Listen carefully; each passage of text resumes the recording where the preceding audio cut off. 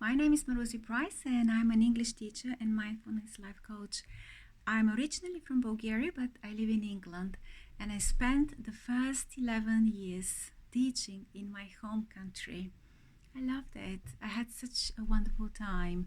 I used to teach in a state school in the morning and then later in the afternoon and in the evening, sometimes early evenings and Saturdays at Europe School, which is a very popular chain of language schools in Bulgaria.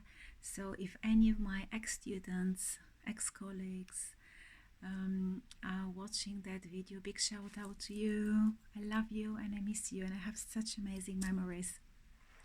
And talking about memories, at Europe School, during the festive period, I used to rent DVDs. So you could imagine that was a long time ago, renting DVDs. When was the last time I rented a DVD? So anyway, so I used to rent DVDs and watch Christmas films with my older students. But with my younger students, we used to have lots of fun acting out and setting plays for our Christmas shows. And they were amazing, they were fun. But now, having lived in England for almost 8 years, I know that there is a different form of Christmas entertainment that is really, really popular over here and which is called a panto or pantomime. Pantomimes date back to the 18th century and they're extremely popular in almost every theatre over here in England. Organizes a panto during the Christmas period and they're extremely, extremely popular. Last week, my husband and I went to the local theatre in Chesterfield to watch The Sleeping Beauty, which was absolutely amazing. I love pantos because they are performances for both young and adults, and so I thought that maybe this year we could encourage our students to create their own panto. So what you need is actually a popular fairy tale. You could use one of the classics like, as I mentioned, Sleeping Beauty, Peter Pan, Jack and the Beanstalk, Cinderella, or maybe just a popular fairy tale story from your country. Obviously, you have to translate it into English and help your students translate it into English. And then include some comedy. So find how you can include some jokes, maybe some music, and they could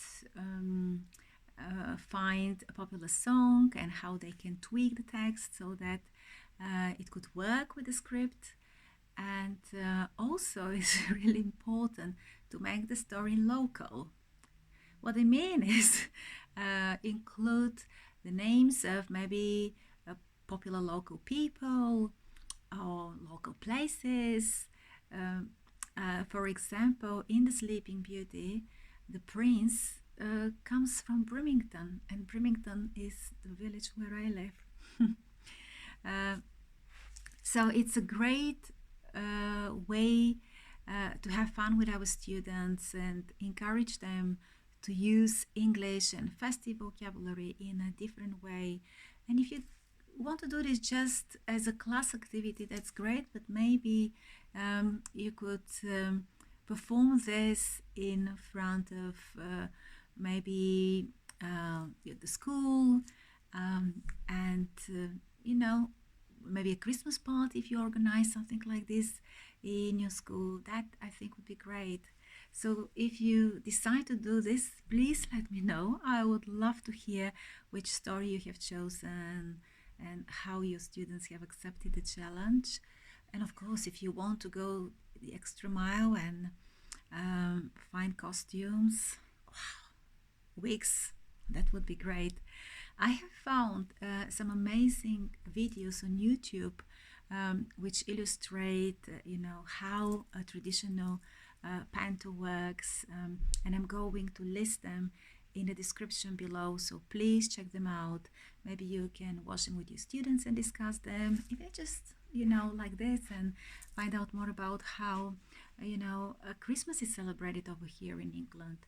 Or you could assign it for homework, and then this could be an inspiration for you and your students to create your own Panto.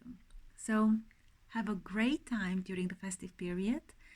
Hope you're all having fun, breathing through this stress. And I will see you soon. Bye.